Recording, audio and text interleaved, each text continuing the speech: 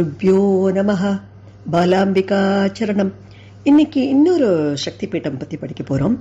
அது ஒரே ஒரு சக்தி பீடம் இருப்பது கேரளாவில் கொடுங்கலூர் பகவதி என்று அதற்கு பெயர்.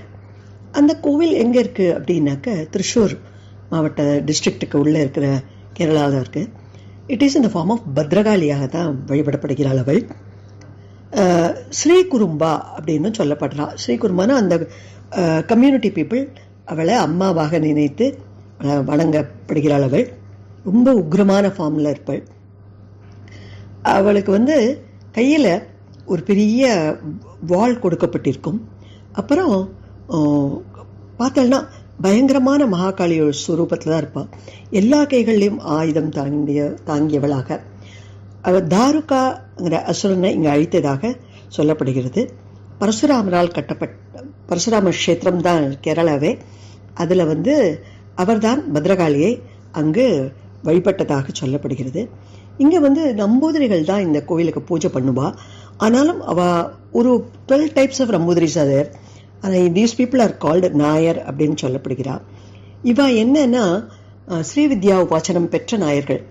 அதனால் அவர்கள் தான் அந்த கோவிலில் வழிபட முடியும்னு சொல்லிட்டு, இந்த கோவிலில் இன்னொரு விசேஷம் என்னன்னா கண்ணகி அம்மனும் நம்ம சிலப்பதிகாரத்தில் இருந்த கண்ணகியை அம்மனாக இங்கே கொண்டாடப்படுறா. என்னத்தினாலன்னா இந்த கொடுங்கலூர் பகுதியை என்னன்னா கண்ணகி அந்த மதுரையை எடுத்ததுக்கப்புறம் இங்கு அம்பாளுடன் அவள் கலந்து விட்டதாக சொல்லப்படுகிறது.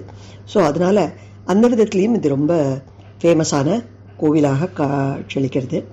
இதில் என்னன்னா ரொம்ப முக்கியமான இந்த கோவிலில் நிறைய கேரளா சம்பந்தப்பட்ட தாளப்பொலி அந்த மாதிரி உற்சவங்கள் நிறைய நடக்கும். அதில் முக்கியமான உற்சவம் என்ன அப்படின்னு பார்த்தாக்கா இங்கே நிறைய வெளிச்சப்பாடு இந்த சென்ஸ் அவள் மேலே சாமி வரும்னு சொல்லுவாள். கையில் ஒரு கத்தியோட சாமியை போலவே அவள் வந்துட்டுருப்பாள். அதில் பார்த்தோம்னா சந்தன புலி சாத்தல் அப்படின்னு ஒரு விசேஷம் ஒன்று உண்டு. தாளப்புலி சாத்தல் அப்படின்னு ஒரு விசேஷம் ஒன்று உண்டு. இதெல்லாம் நடத்தப்படுகிறது.